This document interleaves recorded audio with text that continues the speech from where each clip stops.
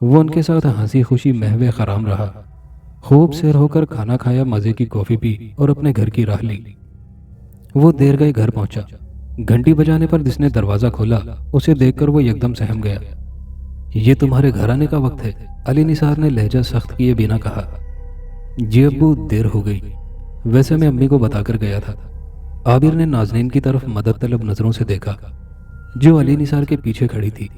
تم اس وقت کہاں سے آ رہے ہو؟ علی نثار نے پوچھا۔ ابو، ایک دوست کے ہاں سے آ رہا ہوں، اس نے کھانے پر بلایا تھا، مجھے ذرا اس کا نمبر دینا۔ اس وقت رات کے 2 بجے ہیں اور کھانے کا یہ کون سا وقت ہے؟ علی نثار کے لہجے میں غصہ در آیا۔ اچھا، بات کر لیجئے گا۔ نازنین نے معاملہ سنجیدہ ہوتے دیکھ کر مداخلت کی۔ اب یہ آپ کا زمانہ تو ہے نہیں کہ اپنے وقت پر ڈنر ختم ہو جائے، یہ نئی نسل ہے، اسے وقت کی قدر ہے نہ ادراک۔ عابر، تم آئندہ اتنی دیر گھر سے باہر نہیں رہو گے، سن لیا تم نے؟ اپنے تمام منحوس دوستوں کو بتا دینا۔ جی امی، عابر نے انتہائی فرما برداری سے کہا۔ اس طرح نازنین نے اپنے تدبر سے عابر کی سر پر گھومتی شامت کو ٹال دیا، لیکن یہ مسئلہ زیادہ دن ٹلنے والا نہ تھا۔ علی نثار سنجیدہ ہو چکے تھے، وہ عابر کو مزید وقت نہیں دینا چاہتے تھے۔ انہیں عابر کے لیل و نہار کا بالکل پتہ نہ تھا، بس وہ اتنا ہی سمجھ رہے تھے کہ وہ لاؤبالی طبیعت کا ایک سست الوجود لڑکا ہے، جب تک اس کے گرد گھیرا تنگ نہیں کیا جائے گا اس کے سدھرنے کا امکان نہیں۔ یہی وجہ تھی کہ انہوں نے براہ راست باز پرس شروع کر دی تھی۔ ایک دن عابر نے ملکہ کے بتائے ہوئے وقت پر کالج کا چکر لگایا۔ یہ چھٹی کا وقت تھا، لڑکیاں تیزی سے کالج کے گیٹ سے باہر آ رہی تھی۔ عابر وہاں کافی دیر تک کھڑا رہا، لیکن ملکہ اسے نظر نہیں آئی۔ شاید وہ آج کالج نہیں آئی تھی۔ اس نے وہیں کھڑے کھڑے شائستہ کو فون کیا۔ ادھر ادھر کی باتوں کے بعد ملکہ کا ذکر چھیڑا۔ شائستہ نے بتایا کہ آج وہ کالج نہیں گئی، اس کی طبیعت خراب ہے۔ کیا ہوا؟ عابر نے فکر مندی سے پوچھا۔ ارے ایسی کوئی خاص بات نہیں، نزلہ وغیرہ ہے، نزلے میں تھوڑا بہت بخار تو ہو ہی جاتا ہے، شائستہ نے بے نیازی سے جواب دیا۔ پھر اچانک اسے کچھ یاد آ گیا، وہ بولی، ہاں وہ ابو آپ کے بارے میں کچھ پوچھ رہے تھے، شاید وہ آپ سے ملنا چاہ رہے ہیں۔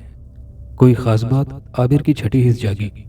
مجھے کیا پتا، شائستہ نے کچھ اس انداز میں کہا کہ عابر مشکوک ہو گیا۔ بتائیں نا، آپ کو سب پتا ہے، عابر بولا۔ مجھے انہوں نے کچھ نہیں بتایا، بس اتنا ہی کہا ہے کہ کسی دن عابر کو چائے پر بلاؤ۔ شائستہ اتنا کہہ کر ہنسی۔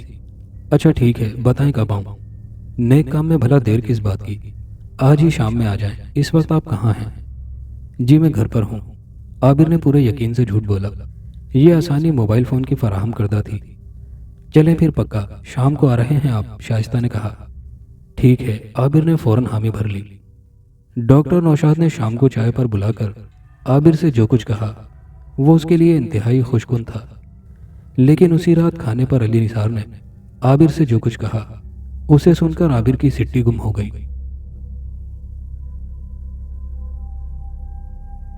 انجو گھر میں نہیں تھی، آخر وہ کہاں غائب ہو گئی تھی؟ مائی پنکھی نے پورا گھر چھان مارا، گھر ہی کتنا بڑا تھا، 2 کمرے اور ایک صحن۔ اس نے احتیاطاً غسل خانہ اور بیت الخلا بھی دیکھ لیا، انجو کہیں نہیں تھی۔ اب مائی پنکھی کو تشویش ہوئی، اس نے پریشانی میں 2-3 چکر صحن کے لگائے۔ صحن میں نیم کی زرد پتیاں پھیلی ہوئی تھی، اس نے صحن کے درمیان رک کر نیم کے پیڑ پر نظر ڈالی، غصے میں کچھ بڑبڑائی اور یکدم زور سے چیخی، انجو تو کہاں مر گئی؟ کوئی جواب نہ آیا۔ وہ باورچی خانے کی طرف بڑھی، ہنڈیا کے پانی میں ابال آ گیا تھا۔ اس نے لکڑیاں پیچھے کر کے آگ مدھم کی اور ایک جلتی لکڑی ہاتھ میں پکڑ کر صحن میں آئی۔ جلتی لکڑی سے اس نے ایک مثلث نما حصار کھینچا، پھر چپل اتار کر اس حصار میں بیٹھ گئی۔ جلتی لکڑی اب بھی اس کے ہاتھ میں تھی۔ اس نے منہ ہی منہ میں کچھ بڑبڑاتے ہوئے 3 بار لکڑی زمین پر ماری۔ اسی وقت انجو چھت سے نیچے کودی اور اس کے سامنے آ کر بیٹھ گئی۔ مائی پنکھی نے انجو کی لال آنکھوں میں نظریں گاڑ دی۔ انجو کی آنکھوں میں جس شخص کی تصویر نظر آئی اسے دیکھ کر مائی پنکھی کی آنکھوں میں خون اتر آیا۔ جس وقت مائی پنکھی حوالات میں ایک ہاتھ آنکھوں پہ رکھے لیٹی تھی اور کوے پورے تھانے میں ہنگامہ برپا کیے ہوئے تھے، تب وہ یہاں آیا تھا۔ وہ جادو ٹونے اور عملیات کا ماہر تھا۔ وہ باقاعدہ مائی پنکھی کا شاگرد نہ تھا، لیکن جب بھی اسے ضرورت ہوتی وہ مائی پنکھی سے مشورہ لینے آ جاتا تھا۔ بچپن میں چیچک نکلنے سے اس کی ایک آنکھ ضائع ہو گئی تھی، وہ ایک آنکھ کا تھا اور اس کی آنکھ میں دنیا بھر کا میل بھرا تھا۔ بے اولاد عورتوں کو اپنے جال میں پھنسا کر اپنا الو سیدھا کرتا، پھر ان مت ماری عورتوں کو ایسے عمل بتاتا کہ وہ دین کی رہتی نہ دنیا کی۔ وہ انتہائی شاطر شخص تھا، موقع پرست اور چکر باز۔ اس کا نام چکرم تھا۔ صبح جب وہ مائی پنکھی کے گھر پہنچا تو خلاف توقع مائی پنکھی کو غائب پایا۔ دروازہ کھلا تھا۔ دروازہ کھلا ہونا کوئی حیرت کی بات نہ تھی۔ حیرت کی بات یہ تھی کہ گھر خالی پڑا تھا۔ چکرم مائی پنکھی سے ایک بے اولاد عورت کے سلسلے میں مشورہ کرنے آیا تھا۔ ایک عمل کے سلسلے میں اسے مائی پنکھی کی اجازت درکار تھی۔ اس نے پورا گھر دیکھ لیا۔ گھر میں مائی پنکھی موجود نہ تھی۔ چکرم نے سوچا شاید مائی پنکھی کہیں آس پاس گئی ہو، لہٰذا وہ اس کے انتظار میں چارپائی پر بیٹھ گیا۔ وقت گزاری کے لیے اس نے ایک چرس بھری سگریٹ جیب سے نکالی اور سلگا کر گہرا کش لیا۔ تب اس کی نظر کالے منہ کی سفید بلی پر پڑی۔ وہ ابھی کمرے سے نکلی تھی۔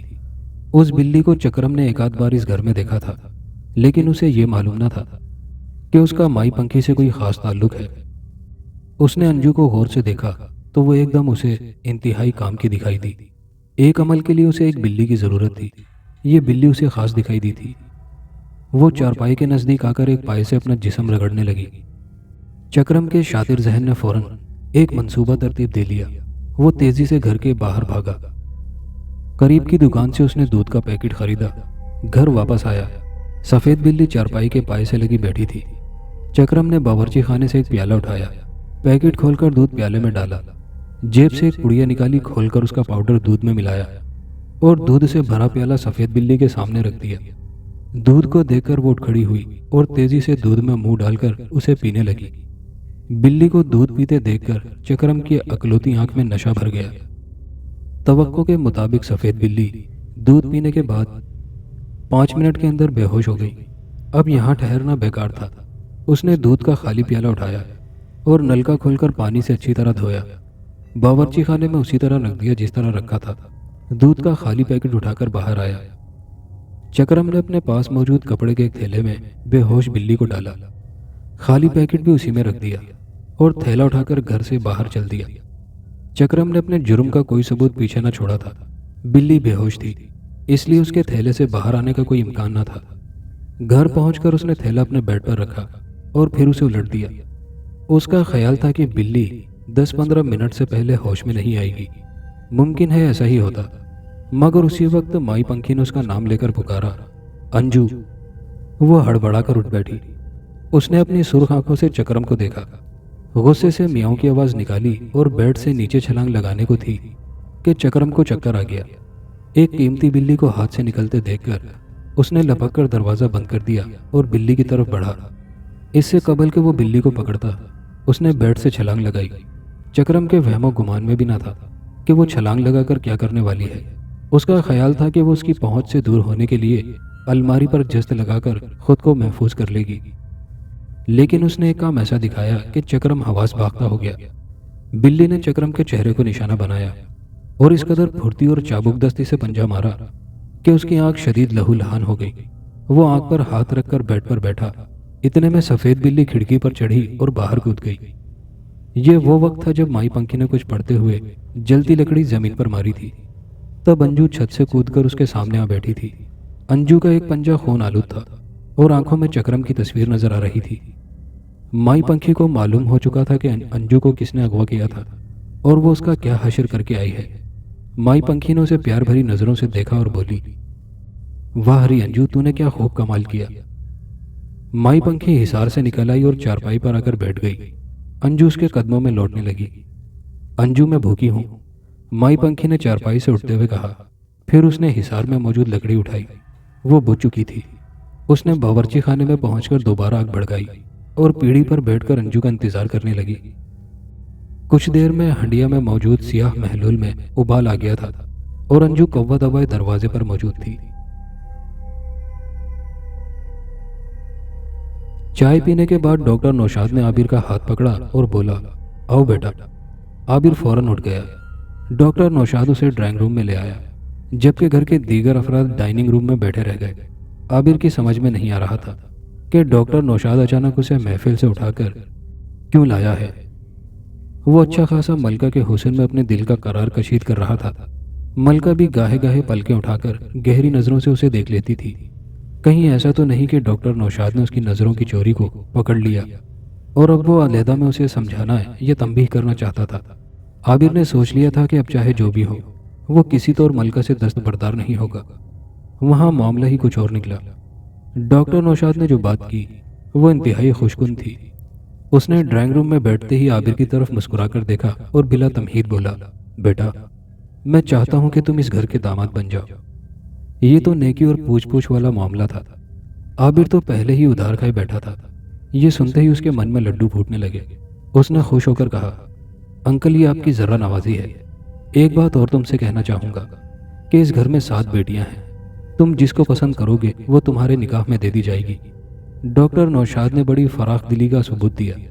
عابر کے لیے اب کوئی مشکل نہ رہی تھی۔ اب تک وہ جن مراحل سے گزرا تھا ان سے اندازہ ہوتا تھا کہ یہ لوگ ملکہ سے بطور خاص اس کا فاصلہ برقرار رکھنا چاہتے تھے، لیکن ڈاکٹر نوشاد کے اس بیان نے دلی کو جو بہت دور نظر آتی تھی اچانک قریب کر دیا تھا۔ لہٰذا اس نے بلا تعمل انتہائی صاف گوئی سے کہا، بالکل مجھے ملکہ پسند ہے۔ ٹھیک ہے، مجھے کوئی اعتراض نہیں۔ ڈاکٹر نوشاد نے درخواست منظور کرنے میں دیر نہ کی، پھر کچھ توقف کے بعد بولا، اب میں چاہوں گا کہ تم اپنے والدین کو اس رشتے کے لیے بھیجو۔ جی اچھا، عابر نے تشکر آمیز لہجے میں کہا، میں گھر جاتے ہی امی سے بات کروں گا۔ اور جب رات کے کھانے پر عابر نے ڈرتے ڈرتے نازنین اور علی نثار سے مخاطب ہو کر دھیرے سے کہا، امی ابو میں شادی کرنا چاہتا ہوں، تو یہ سن کر نثار علی منہ میں نوالا رکھنا بھول گئے اور نازنین کے ہاتھ سے چمچہ چھوٹ گیا۔ کیا؟ دونوں بیک وقت بولے۔ ابو آپ چل کر ان لوگوں سے مل لیں۔ عابر نے ان کی حیرت کو نظر انداز کر کے کہا، وہ کون بے وقوف لوگ ہیں جو تمہیں بیٹی دے رہے ہیں؟ علی نثار کے لہجے میں تلخی در آئی۔ ابو وہ بہت اچھے لوگ ہیں، انہیں بے وقوف نہ کہیں، عابر نے حمایت کی۔ کیا وہ یہ بات جانتے ہیں کہ تم ایک نکھٹو لڑکے ہو؟ کوئی نوکری کوئی ملازمت تمہارے پاس نہیں ہے۔ ایک بے روزگار شخص کو وہ کیسے اپنی بیٹی دے رہے ہیں؟ ضرور لڑکی میں نقص ہوگا۔ علی نثار نے جو کہا ٹھیک کہا۔ ابو لڑکی میں نے دیکھی ہے، وہ بہت خوبصورت ہے اور کالج کی طالبہ ہے، اس میں کوئی نقص نہیں، عابر نے بتایا۔ عابر ضرور کچھ دال میں کالا ہے، نازنین نے کہا۔ ابھی شادی کے چکروں میں نہ پڑو بیٹا، کچھ کام وام کرو۔ امی آپ ایک بار ان لوگوں سے جا کر مل تو لیں، عابر نے کہا۔ میں تو جانے کے لیے تیار نہیں، تمہاری ماں جانا چاہے تو لے جاؤ، علی نثار نے فیصلہ کن انداز میں کہا۔ امی ابو آپ دونوں کو چلنا ہوگا، میں نے ان سے وعدہ کیا ہے کہ آپ لوگ رشتہ مانگنے آئیں گے، عابر نے سمجھانے کی کوشش کی۔ اجنبی لوگ ایک بے روزگار لڑکے کو رشتہ دینے پر رضامند ہیں تو سمجھ لینا چاہیے کہ پیچھے کوئی ضرور گول مال ہے۔ میں کسی قیمت پر نہیں جاؤں گا۔ تم ایسا کرو بیٹا، جا کر گھر داماد بن جاؤ۔ علی نثار اتنا کہہ کر ڈائننگ ٹیبل سے اٹھ گئے۔ عابر نے اپنی ماں کی طرف دیکھا تو نازنین نے بہت صاف لہجے میں کہا، تمہارے ابو ٹھیک کہتے ہیں۔ پھر آپ میرا فیصلہ بھی سن لیں، اگر آپ لوگ نہ گئے تو میں یہ گھر چھوڑ دوں گا۔ تم نے اچھا کیا کہ خود گھر چھوڑنے کا فیصلہ کر لیا، میں تمہارے نکھٹو پن سے تنگ آ چکا ہوں۔ میں یہ بات تم سے خود کہنے والا تھا، خوشی سے یہ گھر چھوڑ دو، ابھی اسی وقت۔ علی نثار نے تولیے سے ہاتھ پہنچتے ہوئے کہا۔ عابر کی یہ بات سن کر سٹی گم ہو گئی۔ اسے ہرگز امید نہ تھی کہ علی نثار اس کی دھمکی کو اس قدر سنجیدگی سے لیں گے۔ اس کا خیال تھا کہ وہ ان کا اکلوتا بیٹا ہے، وہ کسی قیمت پر یہ برداشت نہیں کریں گے کہ وہ گھر چھوڑ دے، لیکن اس وقت تو معاملہ انتہائی سنگین ہو گیا تھا۔ اب اسے ہر قیمت پر گھر چھوڑنا تھا۔ ملکہ کی کشش نے اس فیصلے پر عمل درآمد کو آسان بنایا اور وہ بنا سوچے گھر سے نکل گیا۔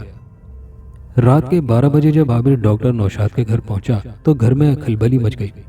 بیٹا خیریت تو ہے؟ ڈاکٹر نوشاد نے گیٹ کھول کر اس سے پوچھا۔ انکل میں گھر چھوڑ آیا ہوں، عابر نے بڑے سپاٹ لہجے میں کہا۔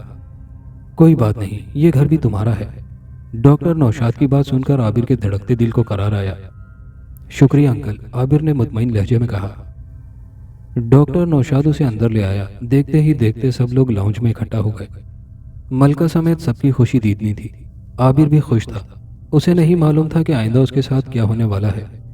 فی الحال تو یہ ہوا کہ اگلے دن رات کو 2 گواہوں کی موجودگی میں گھر پر نکاح کر دیا گیا۔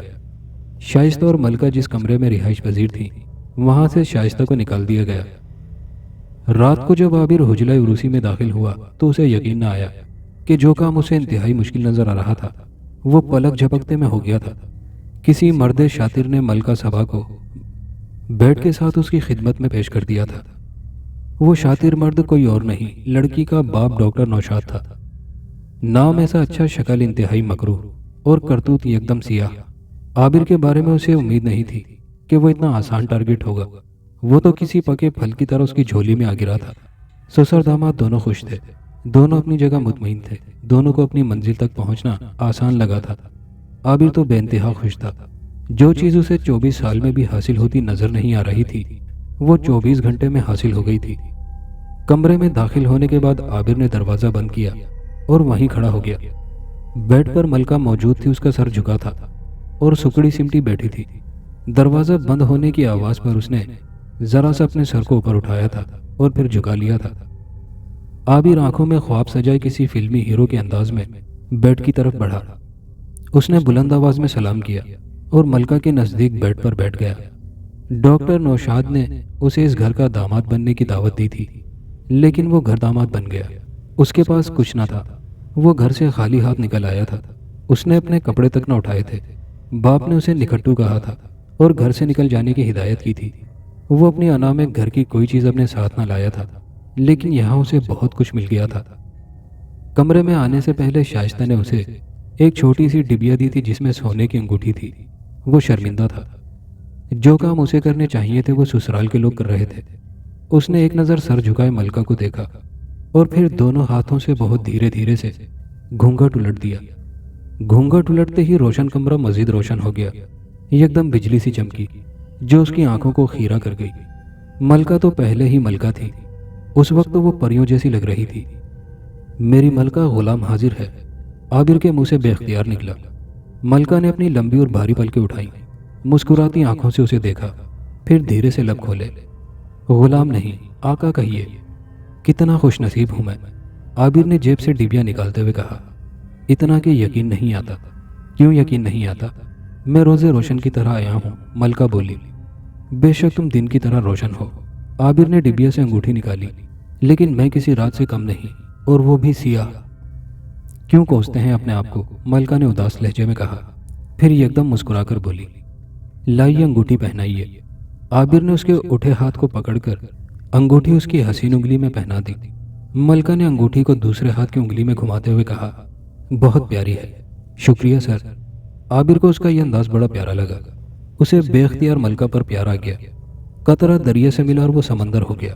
کوئی بندہ رہا نہ بندہ نواز۔ عابر پر جلد ہی اس گھر کے لیل و نہار کھلنے لگے۔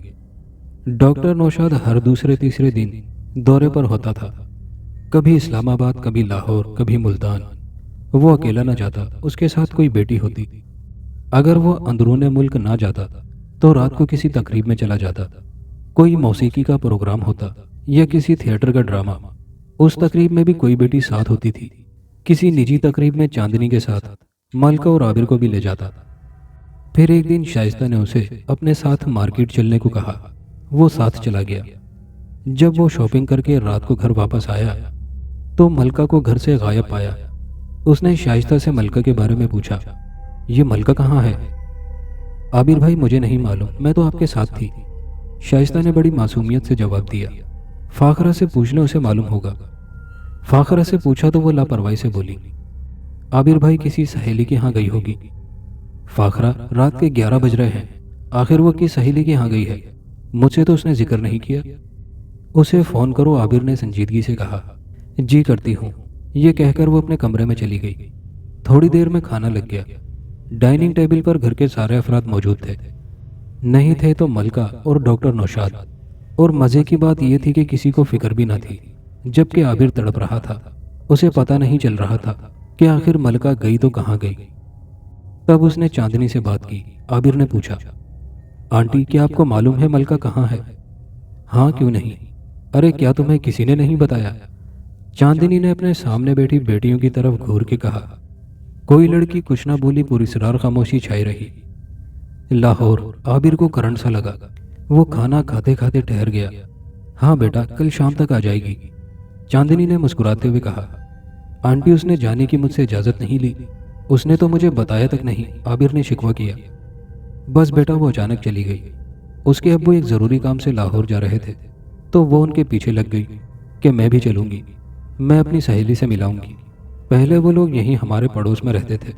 میں نے منع بھی کیا کہ عابر سے پوچھ کر جانا تو وہ بولی، ارے وہ کچھ نہیں کہیں گے، وہ بہت اچھے ہیں، اور پھر کوئی 2-4 مہینے کو تھوڑا ہی جا رہی ہوں، کل واپس آ جاؤں گی۔ ادھر اس کے ابو نے اپنی لاڈلی کی ہاں میں ہاں ملائی، یوں وہ کھڑے کھڑے چلی گئی۔ چاندنی نے اپنی طرف سے اس معاملے پر لیپا پوتی کرنے کی کوشش کی، لیکن عابر کے ذہن میں گرہ پڑ گئی۔ اگر وہ گھر پر نہیں تھا تو کیا ہوا، وہ اسے موبائل پر تو بات کر سکتی تھی، لیکن اس نے اسے اس قابل بھی نہیں سمجھا تھا۔ کیا اس لیے کہ وہ گھر داماد تھا؟ ڈاکٹر نوشاد کے بارے میں یہ بات جلد اس کے علم میں آ گئی کہ اس کے بااثر اور اہم لوگوں سے تعلقات تھے۔ وہ بآسانی اسے نوکری دلوا سکتا تھا۔ عابر نہیں چاہتا تھا کہ وہ زیادہ عرصہ اپنے سسرال پر بوجھ بنے۔ اگرچہ کسی نے اس سے اس موضوع پر بات نہ کی تھی، لیکن وہ خود اس معاملے میں حساس تھا۔ ایک دن موقع پا کر اس نے ڈاکٹر نوشاد سے کہا، آپ کے لوگوں سے وسیع پیمانے پر تعلقات ہیں، میں B.Com ہوں، مجھے کہیں نوکری دلوا دیجیے۔ ارے بیٹا، یہ کہہ کر تو آپ نے ہمیں شرمندہ کر دیا۔ آپ اس گھر کے داماد ہیں، ہم آپ سے نوکری کروائیں گے؟ یہ بات آپ کے ذہن میں آئی کیوں؟ کیا آپ کو کسی نے کچھ کہا ہے؟ آپ جب اپنے گھر تھے تو کیا نوکری کرتے تھے؟ ڈاکٹر نوشاد نے بڑے شفقت بھرے لہجے میں کہا، بیٹا اسے آپ اپنا گھر سمجھیں۔ گھر سمجھ کر ہی تو رہ رہا ہوں، لیکن انکل مجھے کچھ کام تو کرنا پڑے گا، اس طرح میں کب تک گھر میں پڑا رہوں گا؟ عابر نے کہا، تم گھر میں پڑے نہیں، آرام سے رہ رہے ہو، رہتے رہو۔ اگر نوکری کی ضرورت پڑے گی تو ملکہ کرے گی، تم قطعاً پریشان مت ہو۔ ڈاکٹر نوشاد نے ہنستے ہوئے کہا، گھر کے کام کم ہیں کیا؟ تم سنبھالو گھر۔ ملکہ نے تو خیر ابھی نوکری نہ کی تھی، لیکن عابر کے ہاتھ میں گھر ضرور دے دیا گیا۔ اب کسی لڑکی کو کہیں جانا ہوتا، عابر ساتھ جاتا۔ گھر کا سودا، سلف، یوٹیلیٹی بلز سب اس کی ذمہ داری تھے۔ کسی کو ڈاکٹر کے پاس جانا ہے، کسی نے بیوٹی پارلر جانا ہے، کسی کو سہیلی کے گھر چھوڑنا ہے اور اسے دوسرے دن لے کر آنا ہے۔ گھر میں آئے دن کوئی تقریب ہوتی، کسی نہ کسی کی سالگرہ منائی جا رہی ہوتی، اس میں لڑکیوں کی سہیلیاں ہوتی، ان سہیلیوں کے بھائی ہوتے، چاندنی اور ڈاکٹر نوشاد کے کچھ دوست احباب ہوتے۔ اس تقریب کا سارا انتظام عابر کو کرنا ہوتا۔ اس گھر کا ماحول بڑا دوستانہ تھا، کھلی فضا تھی، کوئی روک ٹوک نہ تھی، کوئی کسی کو شک و شبے کی نظر سے نہ دیکھتا تھا۔ عابر نوجوان تھا، اسے اس گھر کی فضا راس آ گئی تھی۔ تقریب میں شریک ہونے والی لڑکیاں اس کے گرد گھیرا ڈال لیتی تھیں۔ ملکہ کبھی اعتراض نہ کرتی تھی، وہ ہنستی مسکراتی اس کے پاس سے گزر جاتی۔ ایسا پہلی بار ہوا تھا کہ وہ اسے بغیر بتائے لاہور چلی گئی تھی، اگرچہ وہ اپنے باپ کے ساتھ گئی تھی، کوئی قابل اعتراض بات نہ تھی، لیکن جانے کیوں اسے اپنی کم مائگی کا احساس ہو رہا تھا۔ وہ رات کو کروٹیں بدلتے بدلتے ماضی حال کا جائزہ لے رہا تھا۔ اچانک اسے خیال آیا کہ وہ موبائل پر ملکہ سے بات کرے، اس سے شکوہ کرے۔ تکیے کے نیچے سے اس نے اپنا موبائل نکالا اور ملکہ کا نمبر ملایا۔ چند لمحوں کے بعد اسے سوئچ آف ہونے کی اطلاع دی جانے لگی۔ صبح اٹھ کر بھی اس نے کئی بار فون ملایا، لیکن ہر بار اس کا سوئچ آف ملا۔ اسے حیرت تھی کہ خود ملکہ نے بھی اسے کال کرنے کی ضرورت محسوس نہ کی تھی۔ اس بات کا بھی اسے دکھ تھا، وہ ملکہ سے شدید محبت کرتا تھا، اس کے لیے اس نے اپنا گھر چھوڑ دیا تھا۔ پھر شائستہ اور فاخرہ اسے اپنے ساتھ لے گئیں۔ ایک کو پارلر جانا تھا، دوسری کو ٹیلر کے پاس جانا تھا۔ دونوں کے کام سے فارغ ہو کر وہ شام کو گھر پہنچا۔ اس وقت ملکہ لاہور سے واپس آ چکی تھی، وہ کمرے میں موجود تھی اور سو رہی تھی۔ چاندنی نے ان دونوں کے آتے ہی عابر کے تاثرات سے آگاہ کر دیا تھا۔ ملکہ نے خاموش نگاہوں سے باپ کی طرف دیکھا۔ ڈاکٹر نوشاد نے اس کی پریشانی محسوس کرتے ہوئے کہا، تم بے فکر ہو جاؤ، میں عابر کو سنبھال لوں گا، جاؤ تم جا کر سو جاؤ۔ اور پھر ایسا ہی ہوا۔ عابر شائستہ اور فاخرہ کے ساتھ گھر میں داخل ہوا تو اس نے عابر کو کمرے میں جانے سے پہلے ہی روک لیا۔ وہ اس کا ہاتھ پکڑ کر اپنے کمرے میں لے آیا۔ کمرے میں اس وقت کوئی نہ تھا، چاندنی لاؤنج میں بیٹھی ہوئی تھی۔ بیٹا عابر، مجھ سے غلطی ہو گئی، میں ملکہ کو تمہاری اجازت کے بغیر لاہور لے گیا، سنا ہے تم ناراض ہو۔ بھائی اس میں ملکہ کا کوئی قصور نہیں، ساری غلطی میری ہے، مجھے معاف کر دو بیٹے۔ ڈاکٹر نوشاد نے یہ کہتے ہوئے اس کے سامنے ہاتھ جوڑ لیے۔ عابر فوراً پگھل گیا، اس نے تیزی سے آگے بڑھ کر ڈاکٹر نوشاد کے ہاتھ پکڑ لیے۔ یہ آپ کیا کر رہے ہیں انکل؟ مجھے اس طرح شرمندہ نہ کریں، ملکہ اپنے باپ کے ساتھ گئی تھی، کسی غیر کے ساتھ نہیں۔ یہ ڈاکٹر نوشاد کا نیا روپ تھا، وہ گدھے کو تو باپ بنانا جانتا ہی تھا، اسے گھر داماد کو دادا بنانا بھی آتا تھا۔ اس نے عابر کے سامنے ہاتھ جوڑ کر معافی کیا مانگی، عابر کو اپنا بے دام غلام بنا لیا۔ عابر اب اس کے آگے دم ہلاتا پھرتا تھا، ڈاکٹر نوشاد کا کتا، نہ گھر کا نہ گھاٹ کا۔ ایک دن ڈاکٹر نوشاد صبح ہی صبح اس کے کمرے میں آ گیا۔ وہ اس کے کمرے میں کم آتا تھا، اسے عابر سے کوئی بات کرنا ہوتی تو زیادہ تر ڈرائنگ روم میں کرتا تھا۔ دستک دینے پر ملکہ نے دروازہ کھولا، باپ کو سامنے پا کر وہ ایک طرف ہٹ گئی۔ ڈاکٹر نوشاد نے کمرے میں داخل ہوتے ہوئے کہا، عابر صاحب سو رہے ہیں؟ نہیں ابو، جاگ رہے ہیں، ابھی اٹھے ہیں، ملکہ نے بتایا۔ ڈاکٹر نوشاد کو اپنے کمرے میں داخل ہوتے دیکھ کر عابر بیڈ پر اٹھ کر بیٹھ گیا۔ بیٹے مجھے آپ سے ایک بات کرنا تھی۔ جی انکل فرمائیے، عابر مستعد ہو گیا۔ ملکہ کو ایک بہت اچھا چانس مل رہا ہے، آپ کی اجازت کی ضرورت تھی۔ کیسا چانس انکل؟ عابر نے پوچھا۔ میں سمجھا نہیں۔ ایک بڑی فرم کے مالک کو لیڈی سیکریٹری کی ضرورت ہے، تنخواہ بہت اچھی ہے۔ میں نے سوچا کہ کسی اور کو ملازمت دلوانے سے بہتر نہیں کہ ہم اپنی ملکہ کو یہ نوکری دلوا دیں۔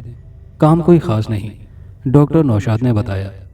انکل آپ ملکہ سے پوچھ لیں، یہ ابھی پڑھ رہی ہے، عابر نے کہا۔ ملکہ سے میں نے پوچھ لیا ہے، ڈاکٹر نوشاد نے سامنے کھڑی ملکہ کی طرف دیکھتے ہوئے بولا۔ ملازمت اچھی، ایسا چانس مشکل سے ہی ملتا ہے۔ پڑھائی کا کیا ہے، پرائیویٹ امتحان دے لے گی، کیوں ملکہ؟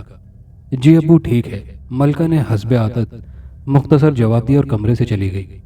عابر کے پاس انکار کی کوئی وجہ نہ تھی، لہٰذا اس نے نہ چاہتے ہوئے بھی اجازت دے دی۔